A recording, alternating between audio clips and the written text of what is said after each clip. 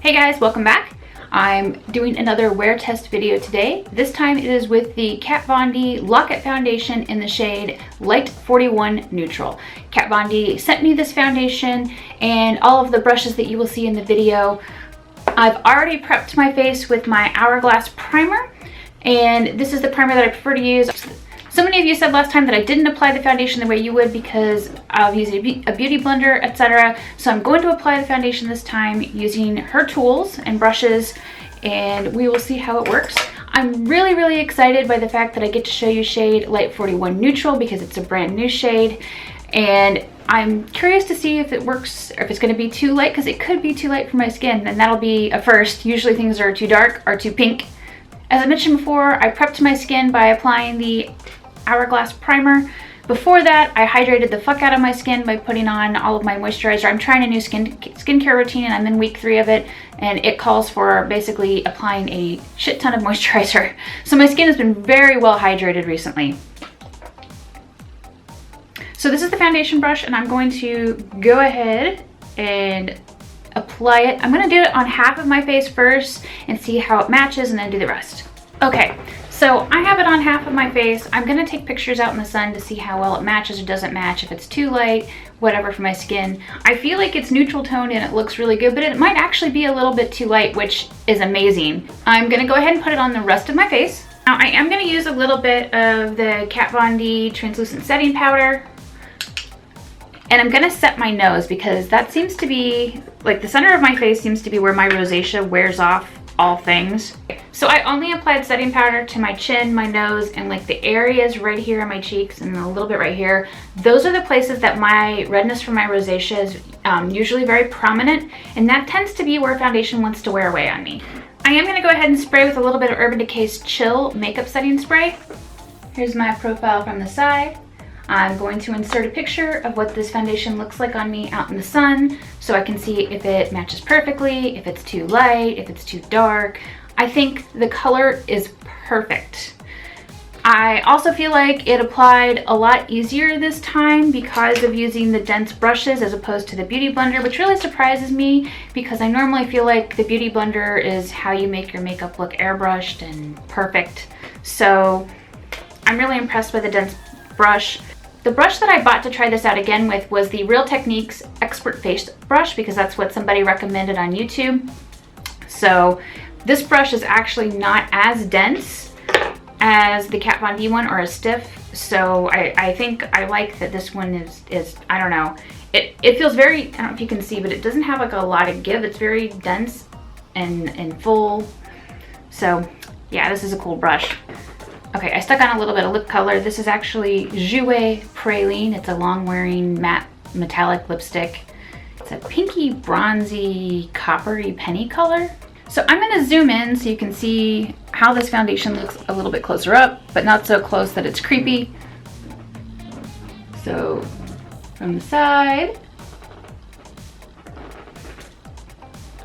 the forehead and the nose.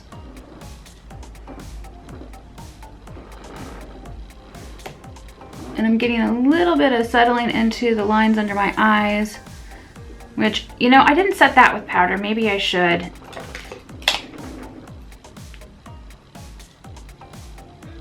I'm just gonna set it with whatever's left on the brush. The time is, I don't know if you can read it, but it's 3:50, so I'm starting this really late.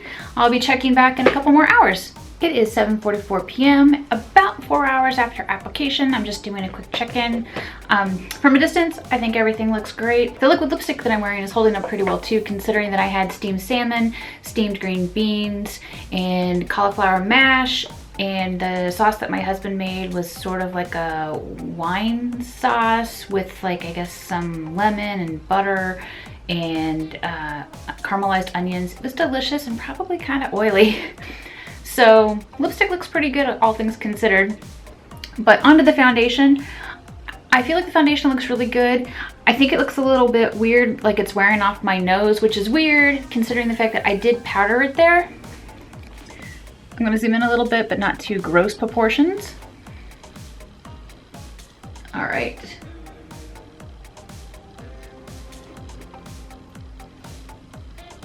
After looking at this foundation out in the sun and the pictures that I took, I feel like it's a perfect match. I feel like you can't tell where the foundation ends and my skin begins. Really, really happy with the color match. I think the color match is amazing. Because I prepped my skin by doing extra moisturizer and then using my favorite primer, I feel like it's been very comfortable to wear. I don't feel like it is emphasizing the lines around my eyes. Actually, maybe it is a little bit here, but again, I powdered under the eyes. And let's see if you can rub that out. So it settled into the fine line, like right there and right there. Yeah, but it can be rubbed out, so that's not terrible. Anyway, I'll be back in another couple hours for another check-in. It's 11:51, so about 8 hours, maybe a little bit longer since my initial application. And I feel like the foundation looks mostly okay. Where it doesn't look okay, at least to me, is right here, like on this part of my nose and my cheeks, on my chin, and later on my forehead. Doesn't look terrible, but it doesn't look great. And that seems to be the area of my face that has the most trouble with foundation, especially after like 8 or 9 hours. The rest of my face looks fine, like I'm not wearing foundation, but like this inner part, specifically where I put the powder and set it, to me, I think it looks bad. So let me zoom in a little bit for you. So,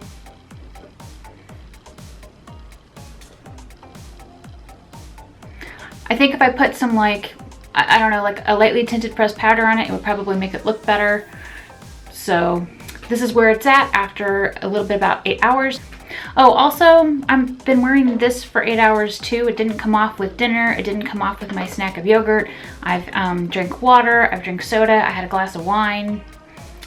Seems to be lasting, so kind of impressed. It's 12:52 a.m., so a little more than 9 hours after my initial application. I'm feeling a little bit silly, so I have my drain eye horns on. So to me, the foundation looks great, except right here at the center of my face, which seems to happen with so many of the foundations that I wear. I just find it interesting that the only place I powdered was really at the center of my face, and that's where I feel like I show the most wear. So I'm gonna zoom in so you can look, not to a gross distance or anything, but at least a little bit closer. I feel like the outer part of my face looks fine, but the inner part shows wear.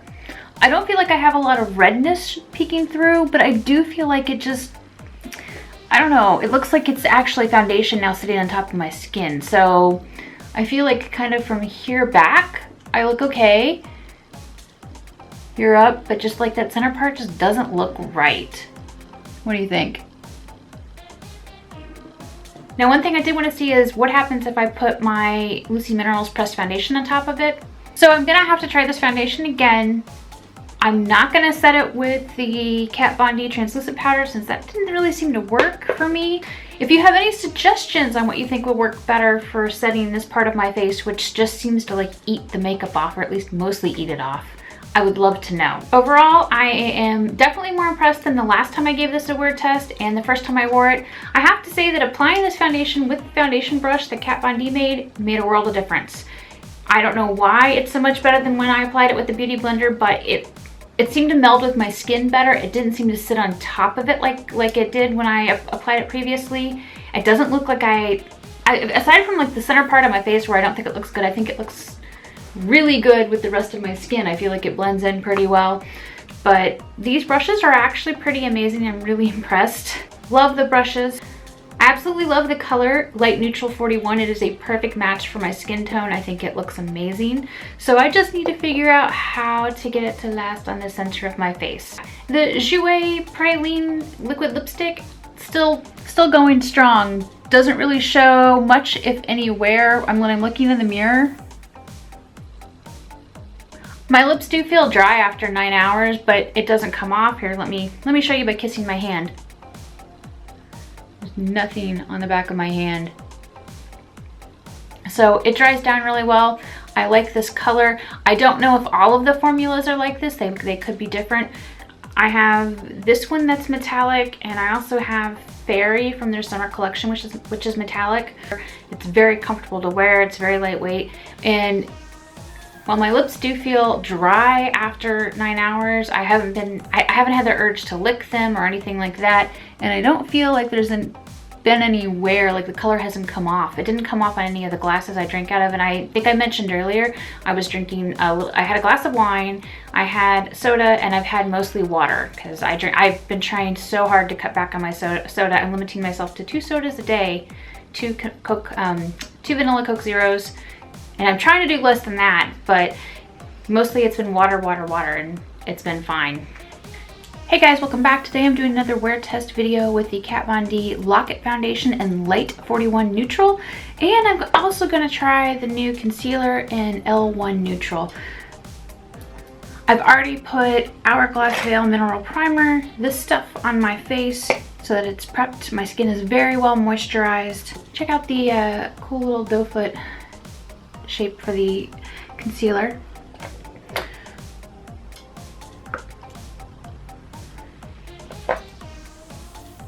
Okay, so I have this on.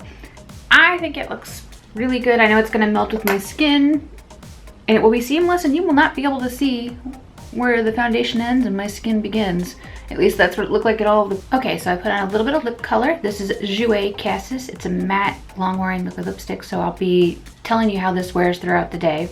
I put on a little bit of blush and contour and highlight. I put on Urban Decay's X-Rated blush. I put on Aromalie Aconitum Napellus for my contour, and my highlight is Anastasia Beverly Hills Purple Horseshoes. So I got a little bit of glow going on. It is 2:18 p.m. so I'll be back in a couple hours. It is 6:44 p.m. I'm just checking in. I guess it's probably been 4.5 hours after initial application, and I feel like things are looking pretty good.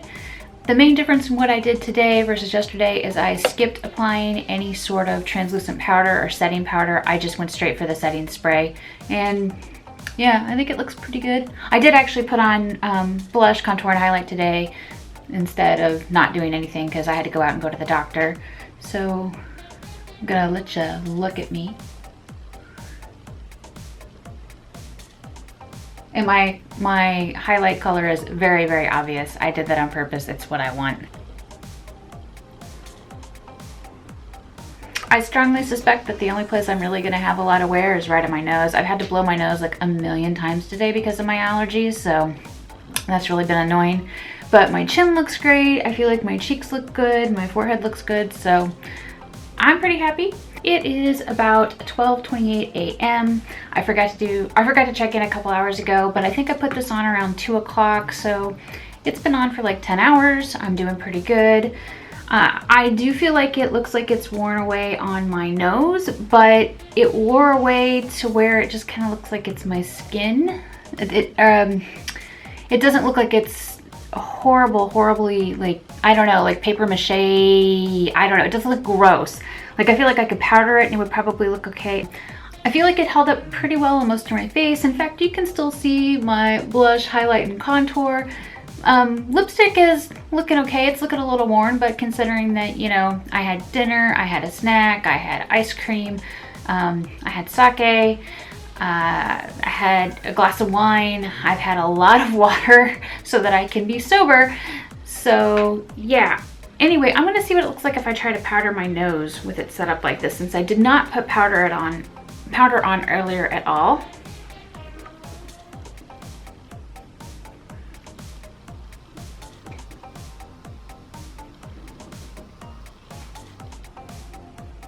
Okay, I actually think that looks fine. I'm much more impressed with how the foundation held up with just the primer, foundation, and setting spray as opposed to using the setting powder.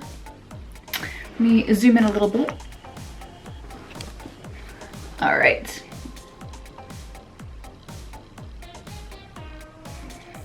And the lipstick, you know, it's not terrible, but it does have wear. Like, it looks like it needs a little bit of touch up. My lips don't feel super dry at all. I'm surprised.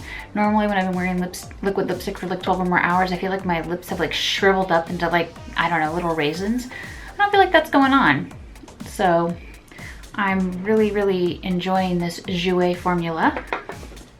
Welcome back. This is day 3 of my wear test. I've already applied my Hourglass Veil Mineral Primer. I'm going to try something a little different today. I'm going to apply the Lock-It Translucent Setting Powder first before I apply the foundation, and only put it on like my nose and the inner cheek area, which is where my foundation is prone to wearing away. I was talking to my friend Nora of Nora Loves Makeup. She's a professional makeup artist. She works in New York and LA. And I told her about the problem I was having with my foundation wearing off on my nose. And she said that's average, that happens to most people. That the only way to ensure that that's not going to happen to you is if you use a waxed-based foundation like RCMA. I will put a link to her blog and channel so you can check her out because her work is amazing. Like I said, she works as a professional makeup artist, so she does TV, print, movie, stuff like that. It is 1:35 p.m. I'll be back to check in a few hours, but right now I'm gonna go see Suicide Squad. Later. Okay, I was wrong. I'm not wearing that frosty pink out of this house. I put on Phyrra sugar coated, and I put on a little bit of contour, blush, and highlight, and I forgot to do a close-up of my foundation so you can see what it looks like after it's settled on the skin a little bit. So here we are, close up.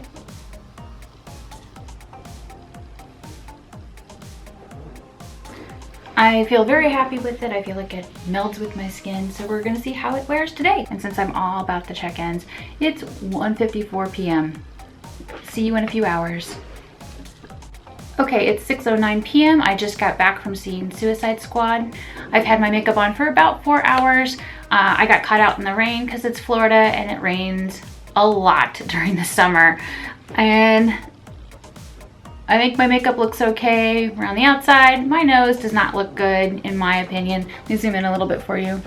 So you can see, I feel like the cheek, that looks okay, that's fine. But my nose, I feel like it's showing wear right here. It looks like it's just, I don't know, settling into the pores a little bit. So using the setting powder beforehand didn't really seem to help. It is 9:20 p.m. and I am checking back in. And really, the foundation, where I put the powder, is where it's gone. So for me, that just doesn't seem to work. But I can obviously touch it up with a little bit of powder and it should be good to go. And problem solved. So I'm gonna zoom in a little bit.